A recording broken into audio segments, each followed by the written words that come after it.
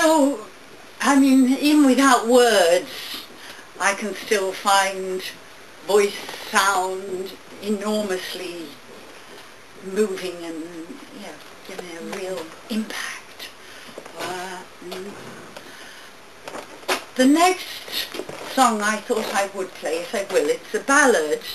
I had several ballads. I'll cut some of them out because they're over 12 minutes long. But this one's not as long as that. But it is very typical of a kind of song that has come through the centuries.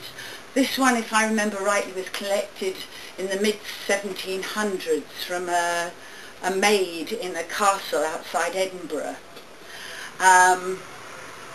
But it probably pre-existed that, you know, in the oral tradition, and by probably 100, 200 years, who knows.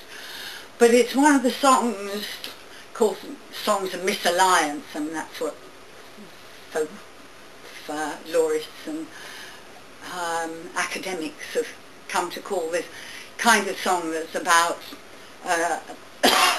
a real discrepancy of class and power and money between two lovers, two people who love each other. And most of the ones that end up tragically, not all, but many of them, have the woman of a higher status and the man she falls in love with of a lower status, a clerk, a servant, a ploughboy. And in that case, the power really is about her father and sometimes brothers, i.e. it's the patriarchal line and their control over the women of the household.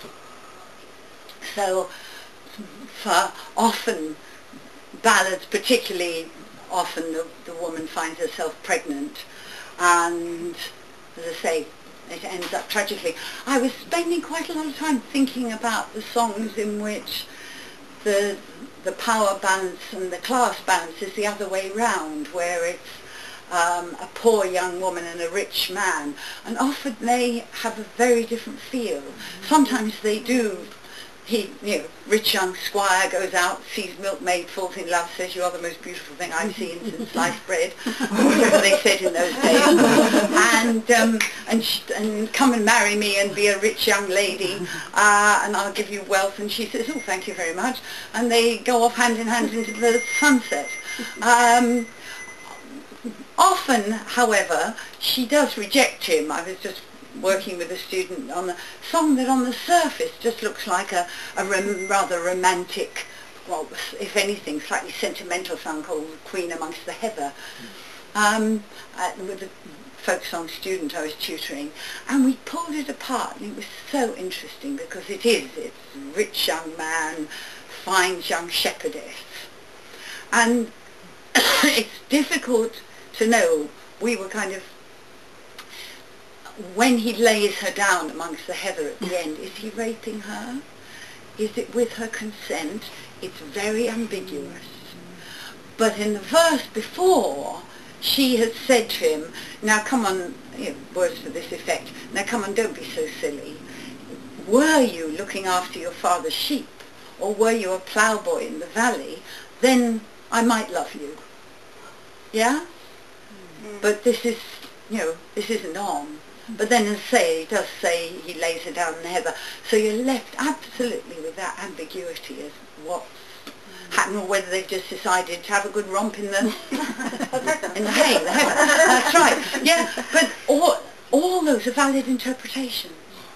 And that's why it's so fascinating, just really working with the texts of so many of these traditional songs and looking at them from a women's historical perspective and pulling them apart. And so rarely, is it absolutely clear-cut what's gone on, but this song is pretty clear-cut. What I find intriguing about it, and I can't remember because I've recorded it a number of times, and I remember on one occasion I was recording it, it's again a laird's king, Scottish king, laird's daughter falls in love with the servant, becomes pregnant, and the king comes to her and says, it seems you've gotten wrong, you've got with child. And she says, oh, if I have, despise me not, for he is all my joy. I will forsake both dukes and earls, and marry your kitchen boy. Now, sometimes when I've sung it, it's like it's defiance that comes out in that line.